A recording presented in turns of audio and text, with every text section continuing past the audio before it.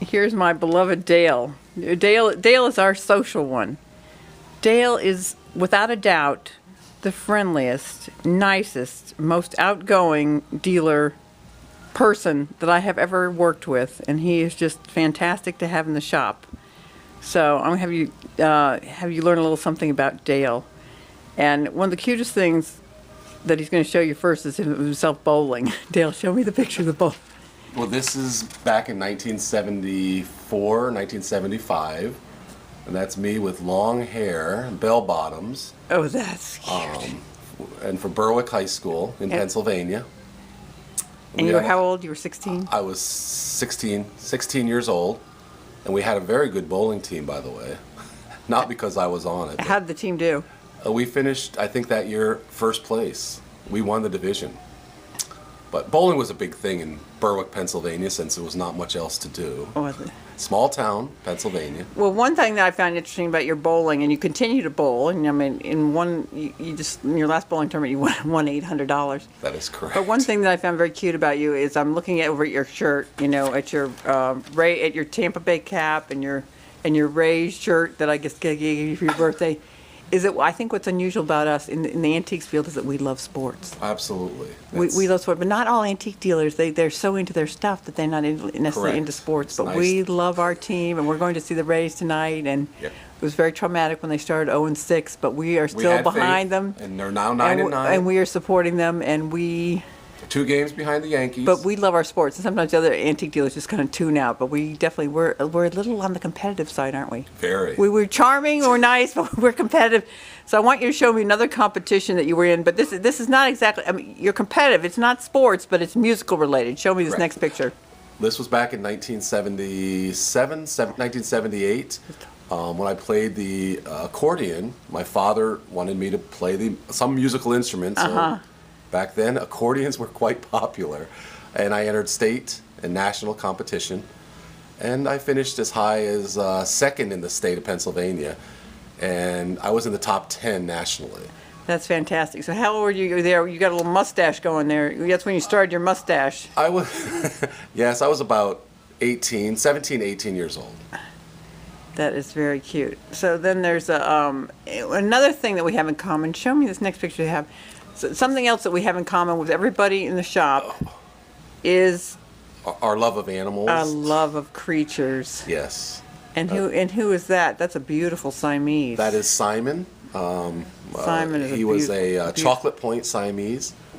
beautiful. Yeah, it's amazing. We've all had Harry and Suzanne and I currently have cats in our lives. I haven't thought about bringing a cat to the shop, but it would probably get into a little bit of trouble. With our birds. Yes, yes. Okay, so now Dale's going to give you. Now, Dale, how did you get into the antiques business? Well, first I moved here to St. Petersburg in 1997, and I worked for a wholesale florist down in Palmetto, and I didn't really like that job, and someone said there was an opening in an antique shop in downtown St. Pete. So I said, no, I don't want to do that. I know nothing about antiques. But I came into the shop one day, and here I am. So you weren't an antiquer before that? No, not at all. I would look at it and say, oh, that old stuff. Who's interested? Oh, really? No interest. Now I mean I can't. I'm stopping at every. All along the road I head to Pennsylvania. I stop at every estate, every yard sale. And so what happened? Did you start to see what was selling and start thinking, oh, hey, this sells and makes money? Sure, yes. I never realized that you could make very good money selling old things. Well, we're going to give you, I'm going to take you on a tour of Dale's booth. Okay, Dale, here we go. All right. Okay, I'm taking you to Dale's booth. Now this Dale's booth plays a special role in the shop. Okay. Because a lot of the booths, they're decorated with furniture. Oh, there's one of the boys. There's Richard working on his space. Okay, see, you could go to a lot of these other spaces, and they've got pieces of furniture. Big furniture. But now I'm going to take you around the corner. Now here is Dale's space. Okay, see Dale's space? We've got a lot of shelves.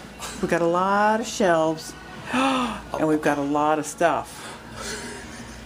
A lot of smalls, which is great because people come, especially in the wintertime, people come from a long ways away and they like to take things back with them. And Dale, look at all this beautiful glass. Cliffy calls it Dale's Disneyland booth. He said people come back here and they get mesmerized by the amount of stuff that there is, and that they just have to take something home with them before they leave. But what's fantastic is that it fills a special niche in the shop because it's not like anyone else's space. Look at all these shelves and shelves and shelves of space. And stained glass. Oh, and I must say, and then he also sells more stained glass than anyone else in the shop.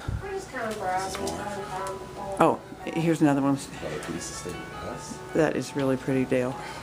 Yeah, but the main one went over. So here's Dale's space. But I have to say the greatest thing about Dale, again, is that he is the most gregarious dealer that I have ever had in the shop, and one of the most helpful people. And just everyone he greets, he says, "Where are you from?" And he gets them talking. And he's just a delightful joy to have in the shop.